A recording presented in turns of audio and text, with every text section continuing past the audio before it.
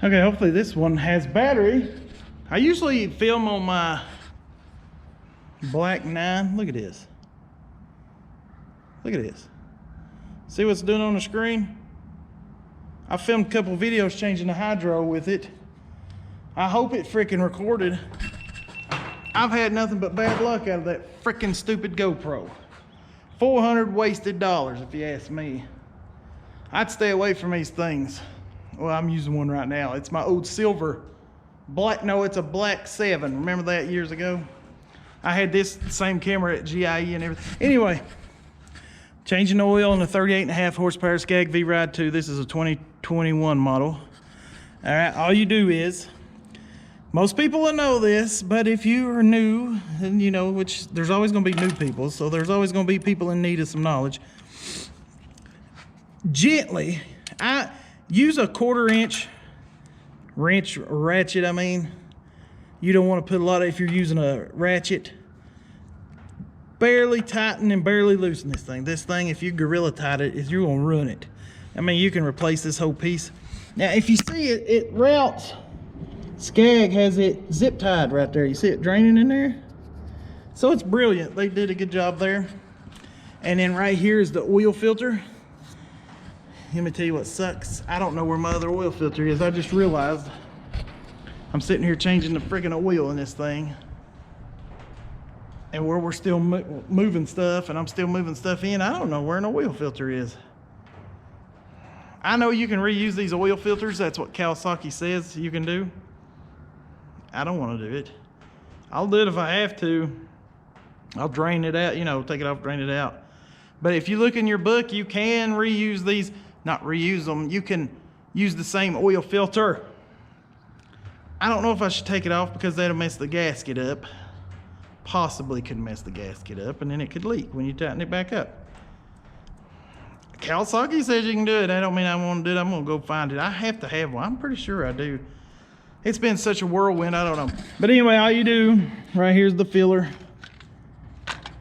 And right there's the thing, and right there's the drain. When it's done draining, you tighten this back up. You loosen this. I showed you you can get these at Walmart, Lowe's, anywhere. This is a Hyper Tough, so I remember buying this at Walmart. It's adjustable. It'll take any oil filter off. You just grab that mofo, righty-tighty, lefty-loosey. Now when you put the oil filter back on, if you're new to this, hand tight. I know that sounds weird, but what happens is the engine will vacuum it and tighten it up over time. So if you gorilla tighten it, the engine will also tighten it for you more. All right? Don't do that.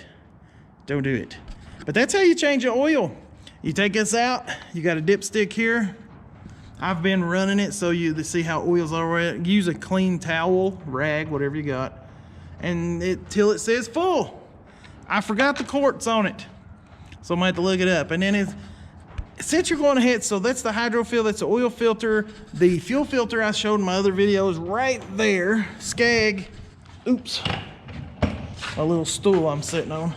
Skag actually, brilliant. I like this, how easy this fuel filter is to get to. I don't know why, I just like it right there. The hydro's changed.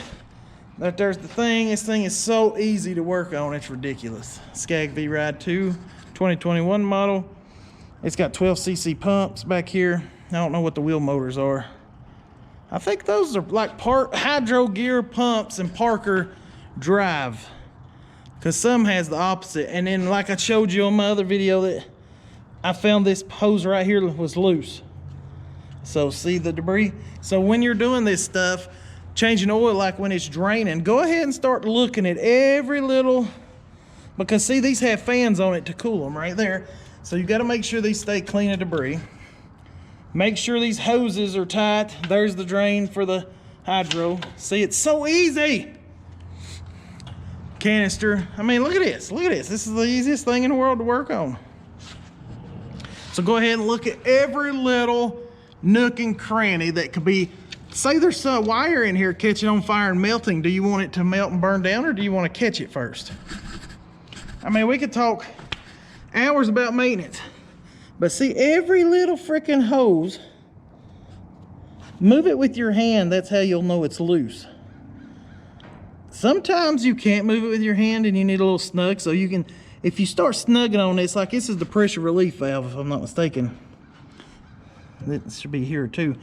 And what happens is if you need to push your skag and it dies on you, or any mower for that matter that's got hydro pumps like this,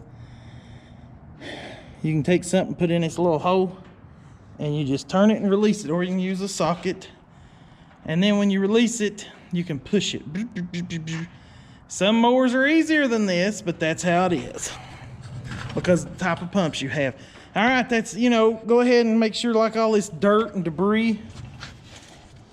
I mean, I'm making a mess in my garage, but I hadn't noticed that. And when I took this cover off, it was filled back here. What I usually do, and this is a helpful hint for all you guys, every time you mow, when you're blowing off your lawn, blow your mower off. Haha, did you ever think about that? Because you walk it back to the trailer.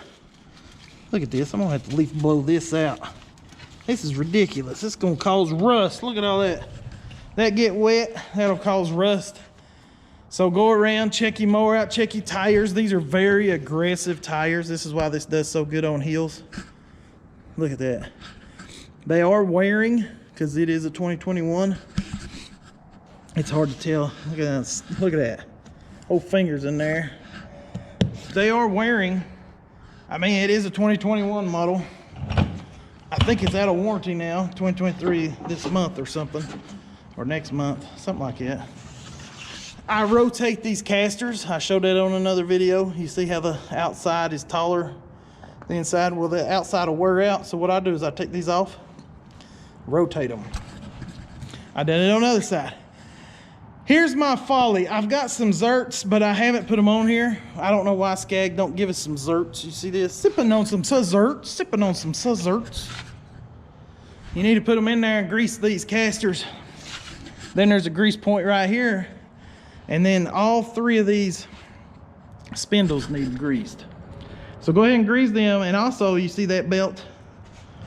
I ain't even getting up off my chair making a video. This is cool. See this belt? Go around and inspect it. There's also a hydro belt up under there that I'm going to change the one on my Swizzit back here, so you'll see it in another video. Check off this right here is an oil cooler. If your engine's got one of these weird looking fan things called a heat sink, if it's in a computer heat sink, you know, they use the technology, it just allows it to go. It's like a radiator. It actually, the oil goes through all these little things, these little fins. See how there's holes everywhere? What that does is that takes a big wad of oil, would take more to cool than little pieces of oil, droplets, so to speak. So when that oil's running through this thing, it's able to cool it off, believe it or not. Not, you know, to 0 degrees or nothing, but that'll extend the life of your mower. I mean, other than that, I think you're supposed to change the plugs every year. I don't do that. I should do it. I might go ahead and get the numbers and do it because it is fuel injection. Then all mowers like this have these. Go in there and look, make sure, especially where it's been winter, there ain't no mice in there. And it's kind of basically got fins around the heads of the piston jugs like this, and that helps cool it off too. So all this debris inside the engine has to stay off there. Your air filter's 2-stage up here. Everybody knows about it. I'm sure that's still a Donaldson, ain't it? Yeah. See, they just done the top cooler looking than the other kind of top. But it is bigger, and I've knocked that top off. I've knocked that top off a lot. It snaps back on there, luckily. But you can go ahead and check everything. If you know what you're doing, you can go ahead and try to adjust the valves. This is only 2 years old. I'm not adjusting valves at 2 years. I'm not going to do it. And I don't know what kind of spark plug it takes. It takes 2, but it's got 6 valves, this mower. I mean, this is what's called a big block engine. This thing is torque monster. I ordered a new mower and it don't have this engine, and I'm very upset because you can't get this engine. You can't get it. Kawasaki's, he said the Kawasaki rep said they had thousands of them just waiting for computer chips. That sucks. Anyway, I'm gonna see, you can tighten this back up with your hand. And then, snuggie. You don't want this thing tight. I know you're like, oh, it's, see, watch this. That's it. That thing will cross thread easily. I know in your mind is the oil's gonna start coming out. Will it though? Will it though? So go ahead. Train was in my last video, now ambulance is in this one. I hope whoever has it is, I hope you're nothing but luck if that ambulance is going to your house. I'm sorry. You know, I worked EMS for a long time. Running an ambulance just like that. So I know, so that makes me feel bad. The older you get, the more sympathy. Yeah, anyway. Go ahead and check every freaking thing. Check these little nuts. This thing right here fell off on, no, it's the other for the 52V ride. The chain just went bloop in the boat. This deck has been leveled from the company, so I ain't done nothing to this thing. And there is a mower missing. That's all. Put a front funnel back in that thing right there. Take this out.